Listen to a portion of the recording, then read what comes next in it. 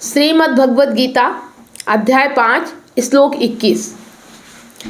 श्लोक 21 में कहते हैं, बाह्य स्पर्शे स्वशक्तात्मा विन्दत्यात्मनि यत् सुखम स ब्रह्म योग युक्तात्मा सुखम क्षयम श्रुते।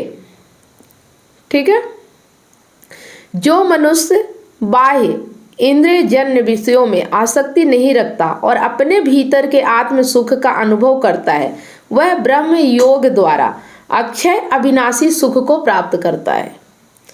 इसका जो अर्थ हुआ, अगर हम अपने हिसाब से समझें कि इस श्लोक में श्री कृष्ण समझा रहे हैं कि जो व्यक्ति बाहरी सुखों इंद्रियों के विषयों से जुड़े बिना आत्म साक्षात्कार में रम जाता है, उसे शाश्वत आनंद की प्राप्ति होती है। यह आनंद भौतिक सुखों से परे और अनंत होता है, क्योंकि यह आत्मा से संबंधित होता है, ना कि बाहरी वस्तुओं से। यह श्लोक बताता है कि सच्चा सुख आत्मा के भीतर है, बाहरी दुनिया में नहीं। जो व्यक्ति ध्यान, योग और आत्मज्ञान के मार्ग पर चलता है, वही इस शाश्वत सुख को प्राप्त कर सकता है। अब देखो यहाँ पे अगर हम समझें कि जो व्यक्ति ये समझता है कि जो इंद्रिय सुख होता है वही सबसे बड़ा सुख होता है, क्योंकि ज़्यादातर लोगों को देखा होगा, कोई स्त्री आकर्षित करती है, उसके पीछे वो कुछ भी करने के लिए तैयार हो जाते हैं, किसी भी हद तक जाने के लिए तैयार हो जाते हैं, क्योंकि उनको लगता है कि इसमें ही सही सुख है और उसको पाने के लिए वो किसी भी हद तक जा सकते हैं। लेकिन जो व्यक्ति आत्मज्ञानी होता है, जो सच के साथ चलने लगता है, जो ये जानता है कि सच में ही आनंद है, सत्य में ही आनंद है, झूठ को नकारने में है, वो व्यक्ति सच में आनंदित होता है ना। ये जो इंद्रिय सुख होते हैं तो क्षण भर के होते हैं, ये तुम्हें परमानंद नहीं दे सकते। परम आनंद जिसको कहते हैं कि हर क्षण आनंद में रहो, न सुख से मतलब न दुख से मतलब, भीतर से आनंदित रहना। और जो ये बाहरी सुख है, वस्तुगत सुख है, जो इंद्रियगत सुख है, जो सामाजिक सुख है, जो सांसारिक सुख है, वो तुम्हें क्षणिक सुख देते हैं, है ना। और वो सुख जब आता है तो उसके बाद निश्चित है कि दुख आने वाला है। क्यों? क्योंकि आदमी जब सुख पाता है ना तो डर जाता है कि कहीं ये छिन न जाए, क्योंकि कोई गारंटी नहीं कि जो तुम्हें मिला है वो तुम्हारे साथ हमेशा रहने वाला है। क्यों? क्योंकि शरीर का ही कोई ठिकाना नहीं है। संसार की जितनी वस्तुएं हैं सबको नष्ट होना है। कोई भी वस्तु ऐसी नहीं है, कोई भी चीज ऐसी नहीं है जो हमेशा तुम्हारे साथ रह सके। तो जिस चीज से तुम आज सुख पा रहे हो, निश्चित रूप से कल उससे दुख पाना है तुम्हें, है ना। तो जो इस बात को समझ जाता है कि बाहर सुख है ही नहीं, किसी चीज में सुख नहीं है, क्योंकि सुख की कामना ही दुख है ना। तो अगर सुख मिल रहा है इसका मतलब है कि पीछे पीछे दुख आ रहा है, ये समझ जाओ।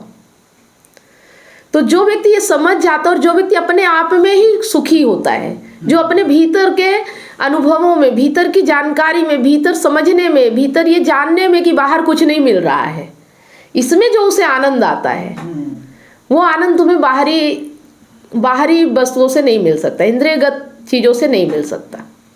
ठीक है। तो बस यहाँ पे यही समझा रहे हैं कि जिस व्यक्ति को ये समझ में आ गया कि दुनिया में तुम्हें बाहर सुख नहीं मिल सकता, मतलब समझ में आना, ज्ञान, आत्मज्ञान का मतलब क्या है कि जो ये सुख की कामना कर रहा है वो भ्रम है एक तरह से, है ना। जो सत्य है, जो सनातन है, जो आत्मा है, वो किसी शरीर के अंदर नहीं है, पहली बात तो ये है।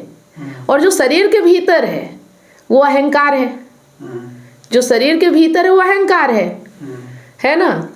तो ये अहंकार एक तरह से ऐसा है कि शरीर ने जन्म लिया, मिट्टी को जन्म दिया और सब कुछ अपने आप हो रहा है। जिस तरह से कुर्सी चल रही है, जिस तरह से पेड़ है, जिस तरह से बाकी चीज़ें, उसी तरह से ये शरीर भी है। लेकिन वो समझता है कि मैं आत्मा हूँ, मैं सत्य हूँ, मैं नित्य हूँ। अहंकार, उसे ये नहीं समझ में आ रहा है कि वो ये भ्रम है उसका, जो ये मैं पैदा हुआ है ना, वो उसका भ्रम है कि वो आत्मा है, वो सत्य है, वो निरंतर है। क्योंकि जब वो इस शरीर को मैं समझ रहा है, और ये शरीर तो नष्ट होने वाला है और आत्मा अनंत होती है, आत्मा निराकार है, तो वो हो ही नहीं सकता। तो ये तो उसको भ्रम है ना कि मैं आत्मा हूँ, मैं सत्य हूँ, है ना। वो तो अपने आप को यही समझ रहा है। तो अब जब वो कुछ भी कर रहा है, जिस चीज़ से उसे प्रेम है, जिस चीज़ को उसे पाना है, वो चीज़ तो वहाँ है ही नहीं ना जहाँ वो पाने की कोशिश कर रहा है, जहाँ वो चाह रहा है। वो सोचता है कि मैं इंद्रिय से कुछ सुख ले लूँगा तो मुझे आनंद मिल जाएगा। मतलब जो एक तरह से कहा जाए कि स्वभाव उसका आत्मा है, सत्य है, और जो उसकी आदत है वो झूठ है, प्रकृति है। समझ रहे हैं? मतलब एक तरह से आदत जो है वो झूठ की ओर जा रही, संसार की ओर जा रही है, और स्वभाव उसका सत्य है। तो वो जहाँ सोच रहा है वहाँ उसको स्वभाव, उसका मन लग नहीं रहा है। मतलब वो जिस जगह पे सोच रहा है कि मुझे आनंद मिलेगा, सत्य मिलेगा, वहाँ उसे वो सुख नहीं मिल सकता है, क्योंकि वहाँ है ही नहीं ना। प्रकृति के अंदर तो आत्मा आती ही नहीं है, और वो पाना आत्मा को चाहता है, और प्रकृति की चीज़ों से आत्मा को पाने की कोशिश कर रहा है कि मैं यहाँ मुझे मिल जाएगा। तो सीधे सीधे सिंपल सी बात है कि जब ये जान जाता है, वो जब कर करके थक जाता है, जब पाने की कोशिश कर करके परेशान हो जाता है कि यहाँ तो मिल ही नहीं रहा, जब बोर हो जाता है, तब जाके उसे ये चीज़ समझ में आती है कि वो भटक रहा है ना। और जब ये समझ में आता है, क्योंकि वो भ्रम है और भ्रम मिट जाता है, तो परमानंद है, शांति है, आनंद है। भ्रम में जियोगे तो दुख है, परेशानी है, चिंता है, कामना है, लालच है, लोभ है, माया है।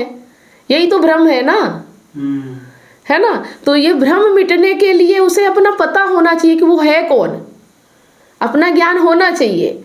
वो अपने आप को कह तो देता है कि मैं सत्य हूँ, मैं आत्मा हूँ, लेकिन उसका भ्रम तब मिट जाता है जब वो देखता है कि वो कितना डरा हुआ है। जो सत्य है वो निडर होता है, जो आत्मा है उसे मरने का डर नहीं होता, क्योंकि उसका जन्म ही नहीं होता। तो ये जो जन्म ले रहा है वो है ही नहीं जो वो समझ रहा है। तो कुल मिला के जो खेल है ना वो भ्रम का है। अगर ये भ्रम ना होना तो कोई दिक्कत ही नहीं है, प्रकृति अपना काम कर रही है। ये दुखी कौन हो रहा है? जो भ्रमित है ना। ये भ्रम मिट जाने को ही ज्ञान कहते हैं। समझ गया? मतलब कोई कहे कि आत्मा कहाँ है, आत्मा तुम्हारे भीतर नहीं है। जो भी ये जगत है, ये जो ब्रह्म है, यही आत्मा है, यही सत्य है, इसका केंद्र ही आत्मा है। ये जो पूरा जगत है, तुम भी उसी के केंद्र में आते हो। ऐसा नहीं कि तुम्हारे भीतर कोई है ना। पूरा ये सत्य को जान लेना मात्र कि ये सब एक प्रकृति है ना। बस ये समझ लेना, मतलब अपने आप को जो हो नहीं वो समझना, ये भ्रम है। जो हो वो समझ जाओ, वो जान लो कि तुम क्या हो। भ्रम मिट गया, सत्य अपने आप सामने है। यही है जिंदगी, है ना। लेकिन अब यही है कि आदमी सोचता है कि मैं कुछ हासिल कर लूँगा, कुछ भोग लूँगा, कुछ मिल जाएगा तो मैं आनंदित हो जाऊँगा। क्योंकि जहाँ तुम सोच रहे हो, जहाँ तुम कामना कर रहे हो, वहाँ है ही नहीं। और जो ये हो रहा है, इंद्रिय, शरीर, मन, बुद्धि, विचार, ये तो अपना काम खुद ही कर रहे हैं ना। यहाँ तुम्हें घुसने की जरूरत नहीं है। उन्हें जो चाहिए वो कर सकते हैं, है ना। तो जब वो समझ गया कि ये है आत्मज्ञान का मतलब यही है कि जब वो समझ गया कि ये भ्रम मेरे होने से है, तो अपने आप को ही समझ गया ना कि अब मैं हूँ ही नहीं, तो फिर मुझे कुछ चाहिए नहीं, क्योंकि मैं तो पहले से ही पूर्ण हूँ, पहले से ही मेरे पास सब कुछ है। ये तो भ्रम आ गया कि मैं अधूरा हूँ, मैं अपूर्ण हूँ। ये शरीर में आने के कारण, ये मैं उठ के बोलने के कारण कि मैंने जन्म लिया है ना। जन्म मिट्टी का होता है, मिट्टी मिट्टी में मिल जाती है, ये शरीर है।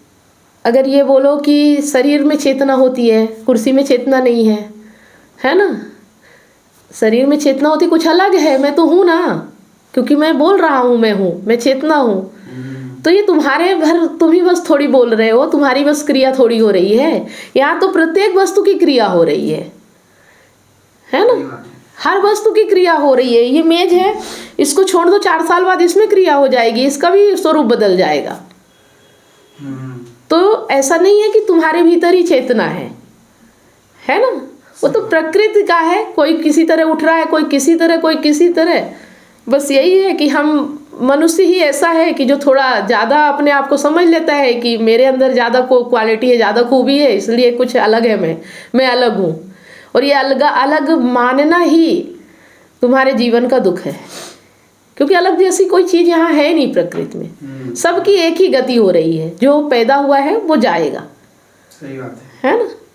तो अगर तुम ये मान रहे हो कि तुम आत्मा हो, तो इसका मतलब तुम आत्मा नहीं हो, ये भ्रम है, क्योंकि तुम जा रहे हो, तुम्हें मिटना है, तुम अमर नहीं हो। और जो अमर नहीं है वो फिर इसीलिए वो अमर होने के लिए अपनी तरह तरह की बातें करता है कि मैं ये शरीर से जाऊंगा तो दूसरे शरीर में आ जाऊंगा, मेरा तो चक्र चल रहा है। मतलब कितनी बातें की जाती है इन सब चीज़ों को समझने के लिए, कि ये अहंकार, ये साबित करने के लिए कि मैं अहंकार नहीं हूँ, मैं आत्मा हूँ, मैं अमर हूँ। तो फिर उसका कहना ये है कि जिस तरह से मतलब शरीर कपड़े बदलता है, उस तरह से आत्मा शरीर बदलती है, जबकि आत्मा शरीर नहीं बदलती, ना आत्मा शरीर में आती है।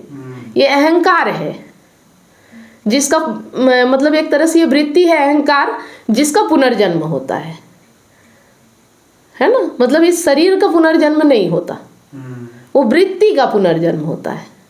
और जैसे कि हम अपने घर में देख ही रहे हैं, एक बिल्ला हमारे घर में था, सेम वही वृत्ति उस बिल्ले में भी दिखाई दे रही, जो छोटा बिल्ला भी आया है ना। मतलब सेम, ऐसा कह ही नहीं सकते। अगर कभी ऐसा हो कि वो बिल्ला मर जाए, उसकी मृत्यु हो जाए, और जब ये दूसरा बिल्ला हमें मिल जाए, तो हम कह सकते हैं कि वो वही बिल्ला की आत्मा इसमें आ गई है ना। सेम, कोई अंतर नहीं है। तो वैसे ही है मनुष्य, एक मनुष्य, दूसरा मनुष्य, तीसरा मनुष्य, सेम वृत्तियाँ होती हैं। तो लगता है कि जैसे उसी व्यक्ति की आत्मा इसमें आ गई है। समझ पा रहे हो थोड़ा थोड़ा कि कैसे कैसे मतलब भ्रम कैसे होता है। जबकि ये वृत्ति है, जो मनुष्य है वो एक जैसा प्रक्रिया करेगा, जो पेड़ है वो एक जैसी वृत्ति है उनकी, जो बिल्ली है एक जैसी वृत्ति है, कुत्ता एक जैसी वृत्ति है। तो वो ऐसा थोड़ी है कि उसकी आत्मा उसमें समा गई है ना। ये तो वृत्तियां हैं और ये तो प्रकृति है, इसका तो पुनर्जन्म होता रहता है। जिस तरह से सागर से एक बूंद उठती है, लहर उठती है सागर से, उसमें जो बूंद होती है, जो एक बूंद जन्म लेती है, तो अगर वो फिर लहर सागर में मिल गई तो क्या फिर वही बूंद थोड़ी जन्म लेती है? वो तो बूंद मिट गई, पर बूंद तो बूंद ही जैसी ही दिखेगी ना। ऐसा लगेगा कि उसी बूंद का पुनर्जन्म हो गया है, और वो दूसरी रहती है ना। तो बस यही है कि यहाँ प्रकृति में पुनर्जन्म होता रहता है, प्रकृति का पुनर्जन्म होता है, आत्मा का नहीं होता, सत्य का नहीं होता। लेकिन मनुष्य कहता यही है कि हमारे भीतर आत्मा है, वो अगर मौत होती है तो उड़ के किसी और के उसमें चली जाती है। तो ठीक है, तो ये जो जिसे ये ज्ञान हो जाता है, जिस भी मनुष्य को ये ज्ञान हो जाता है कि यहाँ पे जो हो रहा है वो सब भ्रम है, एक माया है ना। तो जब उसे समझ में आ जाता है, वो जान लेता है कि यहाँ मेरे करने से कुछ नहीं हो रहा है, ये प्रकृति है, यहाँ सब अपने आप हो रहा है, तो फिर वो आनंद में होता है, परमानंद उसी को कहते हैं। और ऐसा व्यक्ति ही अधिकारी है आनंदित होने का। जिसे अपना ज्ञान नहीं है, वो दुनिया में कितना भी कुछ भी हासिल कर ले, कितना भी इंद्रियगत सुख प्राप्त कर ले, लेकिन वो आनंद प्राप्त नहीं कर सकता। ठीक है, और यही चीज़ें हैं, और इसीलिए गीता है, ताकि तुम्हारा ज्ञान हो सके, तुम कौन हो, ये जो मैं है ना, इसको जानना। मतलब गीता बाहरी चीज़ों को जानने के लिए नहीं है, बाहर क्या हो रहा है, दुनिया कैसे चल रही है, ये सब विज्ञान का काम है ना। आध्यात्म का सिर्फ एक ही काम है, हम कौन, मैं कौन है, ये मैं जो मैं बना बैठा है, ये है कौन। बस इसे जानने मात्र से जीवन सफल हो जाता है ना। ठीक है, तो यहाँ पे जो मेन चीज़ है कि जो व्यक्ति बाहरी सुखों, इंद्रियों के विषयों से जुड़े बिना आत्म साक्षात्कार में रम जाता है, उसे शाश्वत आनंद की प्राप्ति होती है ना। तो आज का ये श्लोक कितना आपको समझ में आया है, कमेंट करके ज़रूर बताना। वीडियो अच्छा लगा तो लाइक करें, ज़्यादा से ज़्यादा इसे शेयर करें, और इसी तरह से हम हर श्लोक पे बात करते जाएंगे। इस श्लोक पे बात करने का मतलब यही है कि एक मनुष्य के जीवन को आनंदित किया जा सके, उसके दुख, उसके कष्ट को दूर किया जा सके। ठीक है, तो मिलते हैं नेक्स्ट वीडियो में। धन्यवाद।